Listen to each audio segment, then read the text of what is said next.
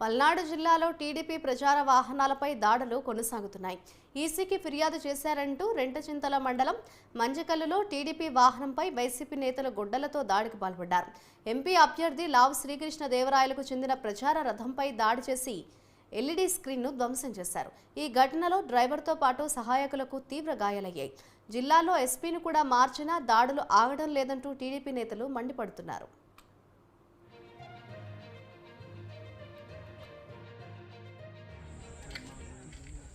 Yeah.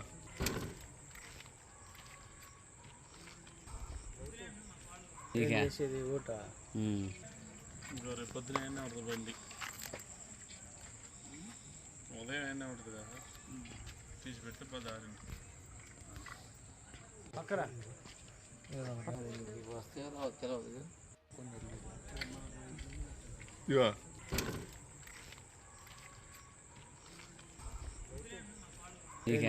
ఊట రేపొద్దున అయినా ఉంటుంది బండి ఉదయం అయినా ఉంటుంది కదా తీసి పెడితే పదారి పక్కన వస్తే తెలియదు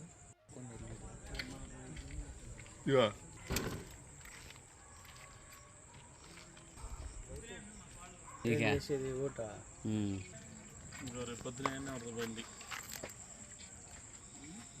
ఉదయం అయినా ఉంటుంది కదా తీసి పెడితే పదారి పక్కన వస్తే తెలియదు